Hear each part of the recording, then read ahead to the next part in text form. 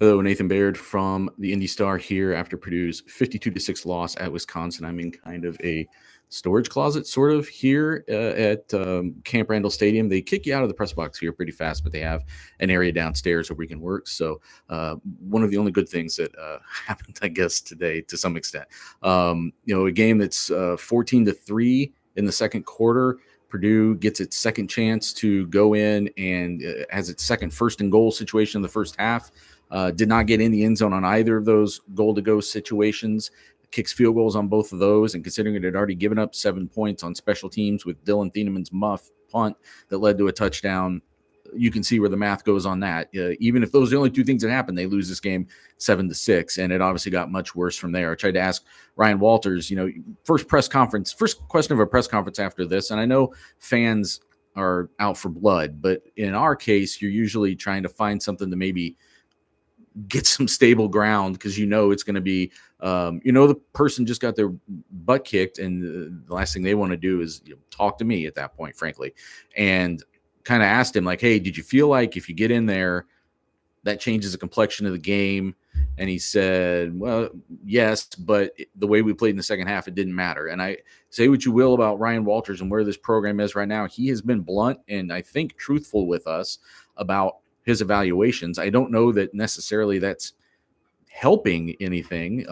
It's I feel like the Notre Dame loss and the way that went, that's kind of the one you get, the one that is that embarrassing. In some ways, I'm not excusing it. I mean, you don't get one, but if you're going to have one, you get that out of the way, right?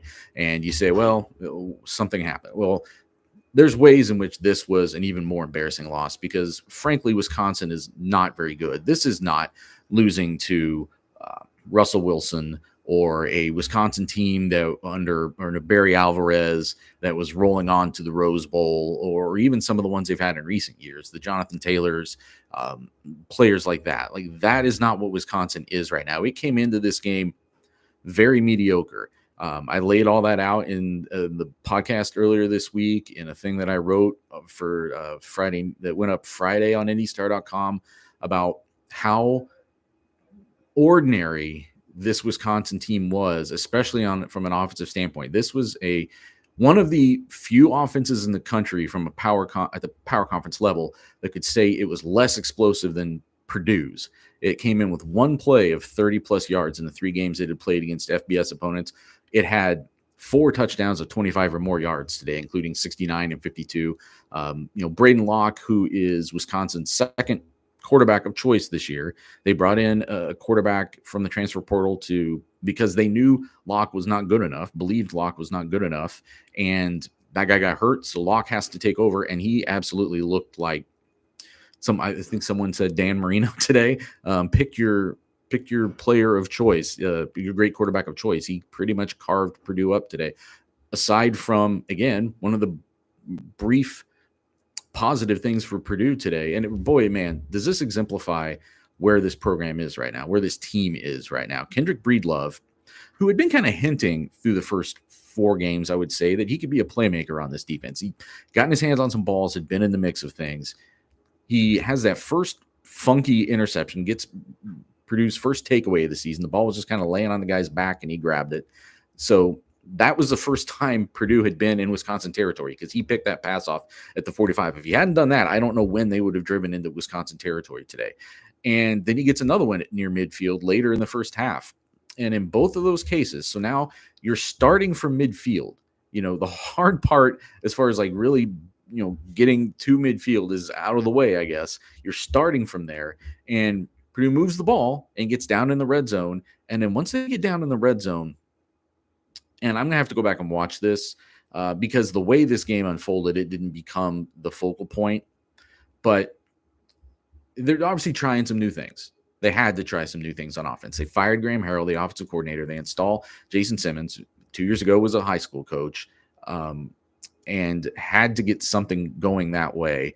And whatever they were trying around the red zone or around the goal line, whether it was throwing extra offensive linemen out there, whether it was doing these pitch, none of it worked. They could not get a play in close quarters to get in the end zone. And After they missed that second time and they're down 14-6, those 8 points seemed huge. Little did we know what was about to unfold, but right off of that, Wisconsin goes down. They run a 2-minute drill at the end of the first half and get in the end zone again, and then they come out and drive and score a touchdown to start the second half. And that, once it was 28-6, I think you saw a team, and Ryan Walters was trying to defend his team's effort after the game, but I think you saw a team that buckled a little bit at that point.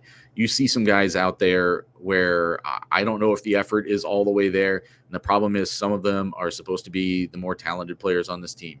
And I don't know that digging down deeper in this roster gets you much better results. They got Jamal Edgerton back today. That was, I told you earlier, like midweek, we saw him back at practice. At the time, I was kind of being cautious with it because I didn't know that would mean, he was kind of limited in practice. Didn't know that would mean for sure that he'd be able to play. But he started today and,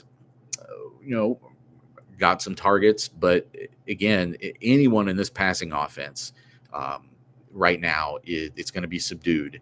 And I think you saw today, too, that while you can't really defend the performance of Graham Harrell as the offensive coordinator this season, that was not the only problem. And putting a novice in charge of that group, no criticism of Jason Simmons. I think he's not like he campaigned for this. It's just what's been handed to him. But this offensive situation right now is a long-term project in season to get this offense to a place where maybe they can win another game. Like, that's how you kind of have to look at it right now. The idea that this offense is just going to light up in 1 week. I don't know right now if this team can beat anyone if it's not getting scores on special teams and defense, because the defense obviously regressed this week. I think their true version of this defense is somewhere between what they did against Nebraska for most of that game and what they did today. And maybe that's the Oregon State game is what's in the middle of that. But that can be enough to win you games against the bottom half of the Big Ten. And frankly, Wisconsin might be in the bottom half of the Big Ten or darn close to it this year. But it's so volatile right now. And I do still sympathize with the defense a little bit because you're getting to a situation where none of your success is ever rewarded by the offense playing complementary football and going down and scoring. So things are not getting any easier on defense, too. They were missing people today. Markevius Brown, they announced before the game, has stepped away from the team for what they call personal reasons. We haven't really gotten the full explanation of that. We're obviously looking into that as to what his situation is. They say they expect him back next season. I did take note that he has played 4 games. You can play 4 games and still retain your red shirt and play next year. I don't know yet if that was a factor here or if there's just something else going on in his life that he needed to take care of. But you're taking off a experienced power conference, he played at Ole Miss before he came to Purdue, had been a fairly stable player. You can't afford to lose defensive guys off the edge right now or on the perimeter. And, you're turning things over to guys who haven't really done this yet at a major level in a real way. And some of them had moments today too, frankly, but this defense was just so vulnerable to the big play today. And that was maybe the most surprising thing to me. I wasn't surprised that the offense didn't really do much. I was highly skeptical that just changing coordinators, especially, again, to someone who has never done it, was going to be the thing that opened this up. That is all of a sudden Purdue was going to be some sort of high-scoring team. And I think the thing that surprised me the most was that the one thing you thought about Wisconsin coming into this game was that Purdue, even if it lost this game, it was going to have to make Wisconsin earn those yards, earn its points, and maybe it could play in its home stadium. I don't really think Purdue did that in the second half. I know it didn't. Wisconsin at times looked like it could just do what it wanted to do out there. And as I had talked about earlier this week and written about, this is 18 straight against Wisconsin.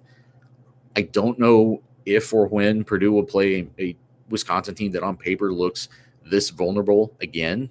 I say there's a good chance Ryan Walters will not play one that's this vulnerable again. The trajectory right now of this program is officially concerning. And I know some of you were already there, trying to give a benefit of the doubt analysis to some extent, Notre Dame was terrible.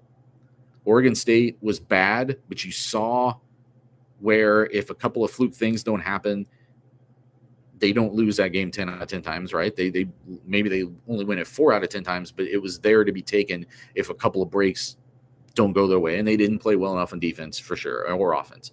And Nebraska is right there. You saw what I thought you could call tangible progress against Nebraska. Nebraska's got a better quarterback than Wisconsin does.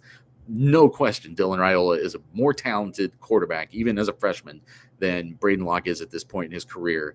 And today, that did not matter. Purdue made him look great. And I think you start to get into a point of the season now. I mean, you still got Oregon on the schedule. You still got Ohio State on the schedule. You still got Penn State on the schedule. Those teams right now are bucking to be top 8 seeds in this playoff at worst, right?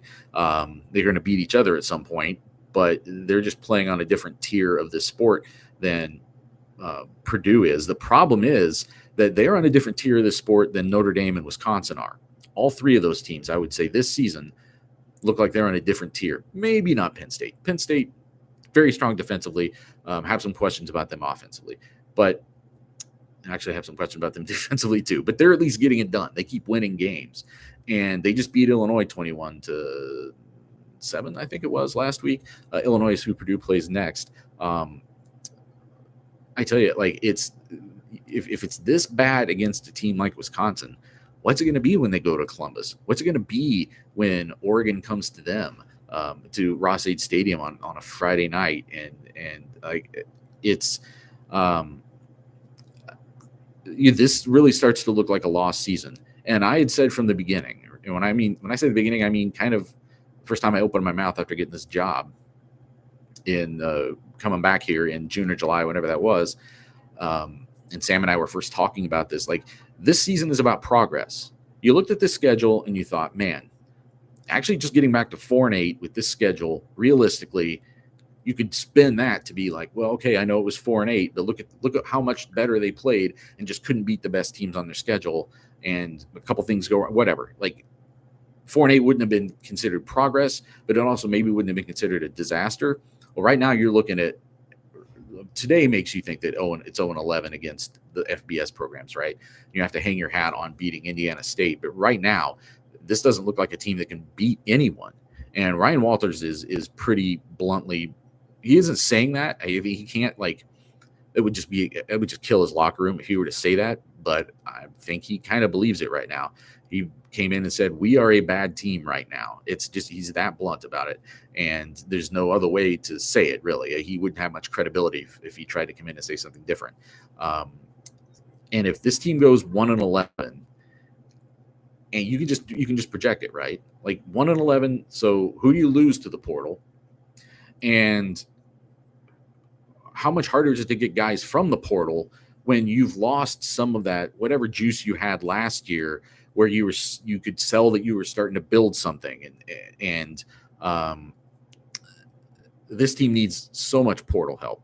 It thought that it helped itself in the portal last year. It didn't help itself nearly enough, and at just critical positions, it's going to need portal help. You're going to have a first-year starting quarterback unless you go get someone from the portal, but then he'll be new to your program with a new coordinator, I assume. I don't think there's any reason to think that Jason Simmons is going to be this team's offensive coordinator next year.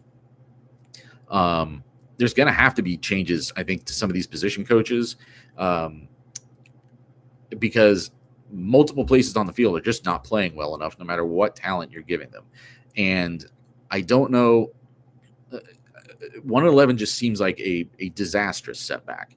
And considering that next year's schedule is not really any easier than this year's schedule was, maybe a little bit, but not significantly. And some of that it's up in the air because you have to wait and see what some of these teams actually are. For instance, Illinois didn't look like necessarily it was going to be a tough game, but it looks like a really tough one right now as Purdue's getting ready to go there next week. 1-11 could really be a setback at a time when Purdue can't afford one. It can't afford one literally. It has to keep football where it was to some extent during the Jeff Brom era, at least from an attention and attendance standpoint. And I know that there's people already calling for Ryan Walters' head. I think the buyout at this point would be something like $9 million. And if you think Purdue knows where it's going to get the $22 million that it has to $22 million it's going to be paying athletes in revenue sharing starting next year, it is still figuring that out. And to throw $9 million on top of that, I don't think that's realistic. I think Ryan Walters has to be this team's starting head coach starting next year, even if they go 1-11. I just don't know if it's financially feasible for Purdue to pull the plug at that point. What'll probably have to happen at that point is some wholesale changes in the middle managers in this program. But that was kind of the crux of what I wrote after this game, and my insider that's up now at IndyStar.com saying, listen, Ryan Walters, and I kind of pressed him on this after the game. He had talked about earlier in the week, I'm going to be in the offense more. I'm going to do more with the offense. But it still seems like Ryan Walters is calling this defense. And if you're calling this defense, that means you're spending a lot of time. Maybe I'm wrong, but you're typically spending a lot of time putting together the defensive game plan, right? Like you're not usually out of that room all week and then show up on Saturday and say, all right, tell me what we're calling. Like that's not how this works. You specifically break down film and install the plays and coverages and schematic things that will work against the team you expect to play. It's not, you have your base things, but you're also picking things specifically to attack them and having them in your back pocket on game day. And if his energy is spent doing that, it is misspent energy right now. I don't care how, first of all, if you're telling me that you have to coordinate, if you have to call plays for this defense in order for them to do what they did today, then, I mean, pack it up. Like, right? Like this defense has been figured out by the rest of the Big Ten. But this defense is also what gave you a chance to beat Oregon State and Nebraska. It's the offense that is absolutely the anchor on this program right now. It is dragging this program to the bottom of the Big Ten. And Ryan Walters, I think, in this coming week, needs to assume that Kevin Kane is the head coach of the defense and will go in and oversee everything involved with the defense and call it on Saturday. And Ryan Walters needs to be the offensive coach until the offense has a baseline competency. Right now, there is no baseline of competency for this offense. It came into this game last in all of Division I football against FBS opponents, because I throw out the Indiana State game and all the other FCS games when I'm doing these stats, because who cares? You beat Indiana State. It is the most irrelevant thing that's happened in Purdue football this year. Okay, they won a game, but it doesn't tell you anything about where this program is. So I always filter those games out. 10.3 first downs per game was lowest in the country against FBS opponents coming in. And somehow they lowered that. They only had 10 first downs today, including 3 in the second half. I think Wisconsin had something like 28. Purdue goes 1 of 11 on third down today. Like the numbers, like we've all seen a team have numbers that bad one week. Purdue is doing it. I'm not telling you anything you don't know, right? The fact that they're doing it every single week, and there's seemingly no way out of it. It's got to feel a little bit like a nightmare, I think, to some of these guys, probably to Hudson Card. Like, this is the worst case scenario of how this season could have gone for this offense and then by extension for this whole team. We had to do an exercise before the year, like all of us that work in USA Today Network. We kind of have, these templates that we follow for our preseason coverage, and we all did like worst case scenarios for the offense or for each team.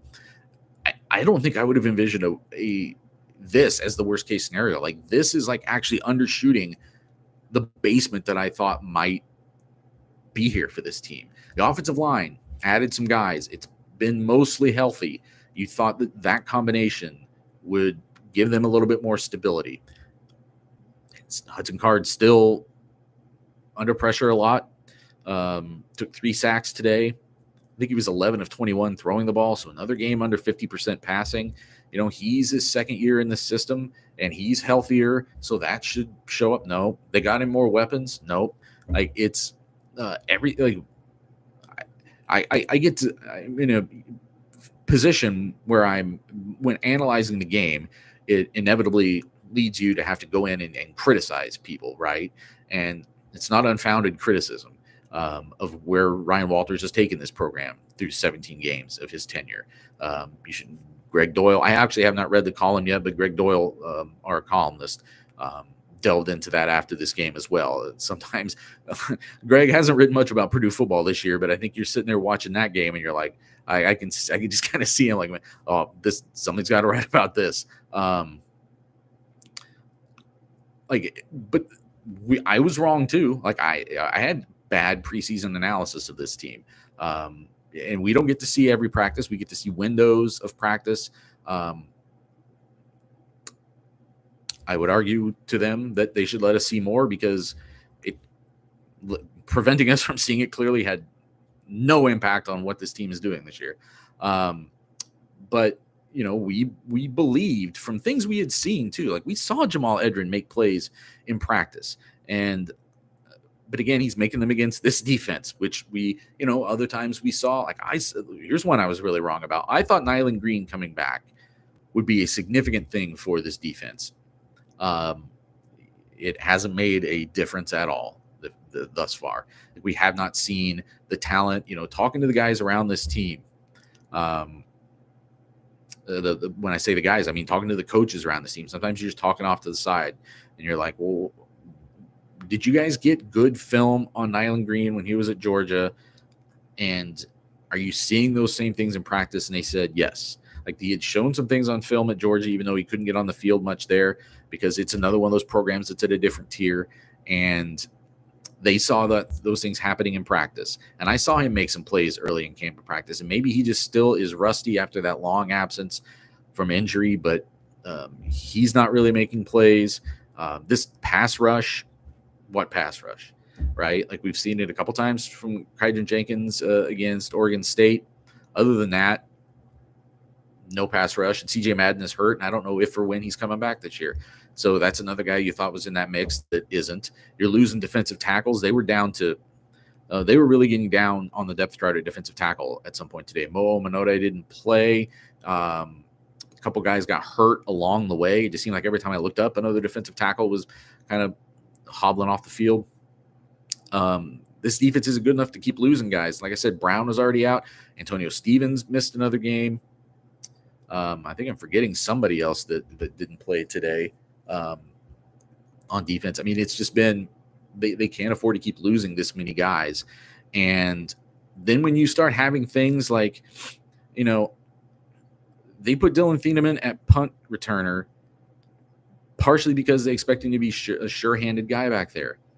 He muffs the first two punts he tried to catch today, and the second one gets recovered by Wisconsin at the 12. It's just an absolute just shooting this team, and keeps shooting itself in the face with a cannon.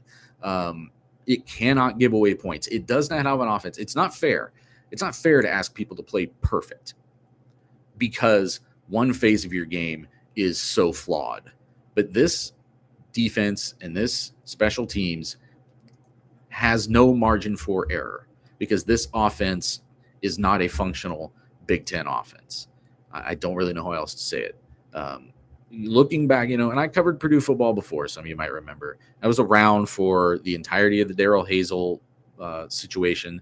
I was around for all of the Danny Hope situation in some capacity. And the ultimate thing that was undercutting that era, it gets blamed on the coaches were just coaching poorly on Saturdays, and sometimes they were, but it was because Purdue didn't have Big Ten talent. Purdue did not have Big Ten football players. I remember when they fired Darrell Hazel and Jared Parker's coming in as the interim. And that first press conference, I essentially asked him, what are you guys going to do to get more Big Ten football players? And he kind of was, he's like, hey, that's a tough question, but a fair one, because that was how you were winning 2 games a year. And that's where this program is again right now. It does not look like it has Big Ten football players. It looked like it for 3 quarters on defense against Nebraska. By the way, also getting some help from Nebraska's own putrid special teams, right? That became a thing where Purdue was getting a lot of credit for that, and it deserves some credit for that, but they were also basically kicking the ball straight into Purdue's line. And there's been some fool's gold in a couple of ways this year. They ran the ball really well at Oregon State. Oregon State is as much of a catastrophe of a run defense as Purdue is a catastrophe on offense right now. Anybody can run the ball against Oregon State. Like almost, I think I literally mean anybody. So, and that's like the one competent thing the offense has done in 5 tries. And so now you just reach a point of the season where,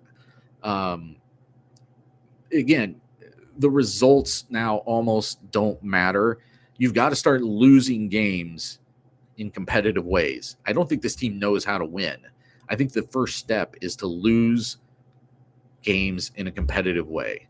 I think you've got to be in the fourth quarter at Illinois next week.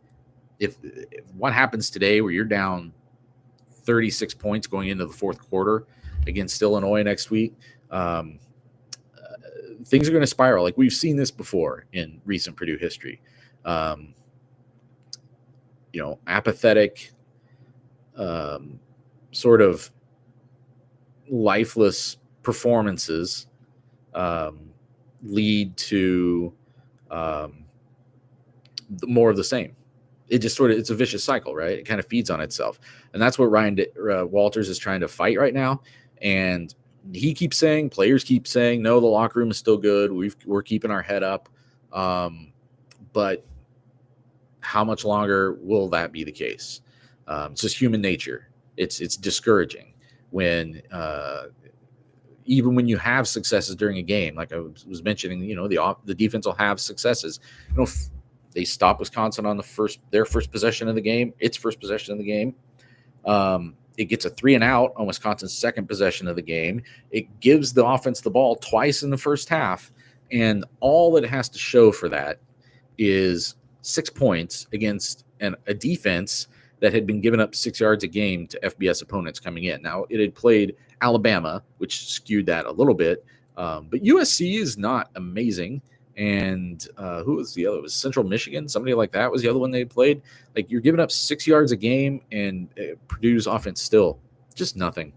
And it deserves a closer scrutiny of just how this offense collapsed this fast from where it was under Jeff Brom.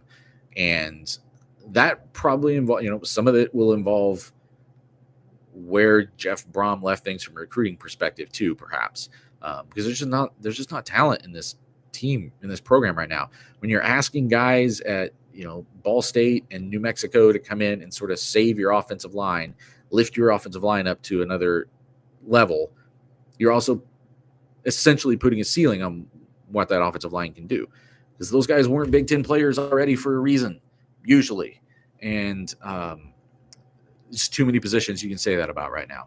I was talking to Sam about this. Hey, Sam. I was talking to Sam about this a few weeks ago as we were, I think, walking out of a practice, but it's just like Purdue is trying to move from where it was last year up into the top half of the Big Ten. Just find a way to get into the top 9 or 10 teams in the Big Ten. But how many positions out of the starting 22 would you say that Purdue has one of the 10 best players in the Big Ten at that position right now? Tight end, I think you would say. Maybe center, Garth Hartwig. And I haven't evaluated every offensive line in the Big Ten, so maybe somebody else would sneak in there too. I suppose Devin Mockbee would make a case for that. Still kind of waiting for him to step up in a game like this, although, again, the offensive line is necessarily not giving him a ton of help. On defense, Kydron Jenkins, I guess, and Dylan Thieneman, I guess. But now you're talking about out of 22 spots, maybe you have a quarter of them where you have a top 10 player in the Big Ten. How do you finish in the top 10 of the Big Ten that way? You can't. You just can't. And Purdue is going to probably lose more potential talent to the transfer portal after the season, you would assume. I was standing in the press box getting ready, waiting for the elevator to come down, and the TV is on the Missouri-Texas A&M game, and Texas A&M was up like 41-10, and it's Nick Scoughton just on the sidelines chatting with one of the other players. And that just was just like a stark contrast, right? that you have a clear top of the Big Ten player and you can't keep him, and there's no way to really replace him. And I've probably gone on too long for this. Too long for trying to rehash what happened today. But it's something has to change. Something drastic has to change. And I think it starts with Ryan Walters reevaluating what it means to be the head coach. And he again said today, because I asked him, hey, have you just thought about, I know you said you're going to be involved more. Have you thought about just Kevin Kane, you're the defensive coordinator? And he kind of cut me off. He's like, that's what I did. That's what we did this week. It sure looked like he was still calling plays today. I was asking around to people like who would maybe be in the know, I thought, being like, hey, like Ryan Walters is still calling the plays of this defense. And they were like, as far as I know. And it sure looked like he was on television. And I think he needs to give the defense to Kevin Kane and pretend he has never been a defensive coordinator before. And he needs to fix the offense. Like you have to, the offense right now is doing nothing at a competent level with any consistency. The defense got 2 takeaways today. The defense was stopping them a couple times. At halftime, it looked like the nitpicks were going to be, well, they didn't hold them to a field goal instead of a touchdown after the turnover, and they didn't prevent that 2-minute drive going into halftime. But then it obviously got a lot worse in the second half. And I think that's the conundrum. I think if Ryan Walters was confident in the defensive performance, or perhaps more confident in Kevin Kane, I don't know, he might have just completely turned things over to him already and focused on offense. Because he's got to be, I think, involved at a granular level on offense at every position. He's the head coach. He has responsibility there to make sure that every unit is ready. I wrote, and again, in that Insider, was thinking of an example. Last year, I was sitting at the Cotton Bowl, and Eli Drinkwitz, who was Missouri's head coach and was Ryan Walters' former boss. Ryan Walters was his defensive coordinator, and Ryan Day, Ohio State head coach, and they're sitting next to each other. And Eli Drinkwitz, a question I asked him about giving up play calling, and he went into a long thing about why he did it. And because he felt like he was going into the week worried more about X's and O's than he was about big picture things and making sure the big picture was healthy, whether that was the greater plan that the team had on a week-to-week basis, the plan to win, as he called it, whether that was just the mindset of players and coaches. I think kind of the emotional health of players and coaches. Like when you are focused, involved on building a game plan and calling plays, it by nature takes you out of those other meetings. There's only so many hours in the day, and Ryan Walters has to be doing NIL fundraising. He's got to come talk to us a couple times a week, and he's got to, be re-recruiting his roster on a week-to-week basis, and things like this Markevius Brown thing come up. Like, I don't know how you do that and give your and spread your energy and attention around as much as it needs to be if you're also essentially still acting as a coordinator. And he again intimated that this week he had backed off of that. I asked Hudson Card about it. He said, yes, he was in our meetings a little bit more, something like that. Maybe he's only speaking for the quarterback meetings. I was told he was in all the quarterback meetings this week, which makes, again, even more sense because he also fired the quarterback's coach when he fired the offensive coordinator. And I believe him when he said, hey, I knew that I was putting Jason Simmons in a tough spot. I wasn't just going to throw him out there and say, well, get it done. Like he was more involved with the offense this week. I do believe that. But I think he's got to just embed himself with that side of the ball. Because if that side of the ball continues at this level, it does not matter what the defense does. The defense is going to keep, I think, having these volatile performances in some weeks, and even from quarter to quarter, let alone game to game. The offense right now would love to be volatile. This offense would kill to be volatile if it was bad one quarter and great for one quarter. But it's just been bad almost every time down the field. And I think there's Ryan Walters. This is kind of a a huge test. This juncture is a huge test for him. Like, what kind of head coach are you? What kind of head coach approach do you take? What kind of head coach example are you setting? You've got to step back and reevaluate how you best try to fix this pretty significant problem. And to finish my point from before, but like Eli Drinkwitz had given up play calling, I think not by coincidence, and I think he would argue not by coincidence. All of a sudden, Missouri's like a top 10 team. Got their butt kicked today, but they went into this game as a top 10 team. Ohio State, Ryan Day, always considered this like bright offensive mind, a quarterback guru kind of guy. He finally gives up play calling this year, and I think you're seeing from watching my old colleagues, the way they're covering that team, they're seeing the benefit of it. And right now, it looks like Ohio State can name its score when Purdue comes to Columbus later this year. So I think Ryan Walters needs to really reconsider what it means to be the head coach. He said something along the lines today, like, "Oh, I've got a lot of things to think about on Sunday." And last week, he said something kind of along those lines, and that's how we led to Graham Harrell being fired. I don't know if it's going to be a change like that. We're obviously on notice that something like that could happen, but I think it may not need to be something that drastic. It's more about what does he do? Like, what can he do? I think he needs to reevaluate that. I think if he is calling plays next Saturday, that will, by extension, mean he did not put enough attention towards the offense. You can only deal with one catastrophe at a time, and the offense, it's like you've got a garbage can fire and a dumpster fire. The defense was kind of the garbage can fire today, but it's like a little bit contained, and then you got this dumpster fire that's raging, and it threatens to spread more because it's a bigger area. I think that's where he needs to put his focus. He's got to put out that fire somehow. And I'm going to start splitting my analogies, right? Because you got to light a fire under the offense. But that's probably the full indication that I've been talking too long. So thanks for watching.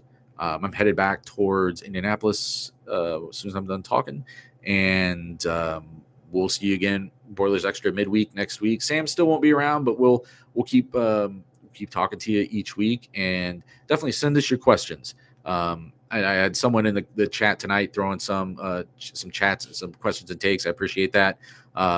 We might turn this week's Boilers Extra. I might turn this week's Boilers Extra into just a Q&A.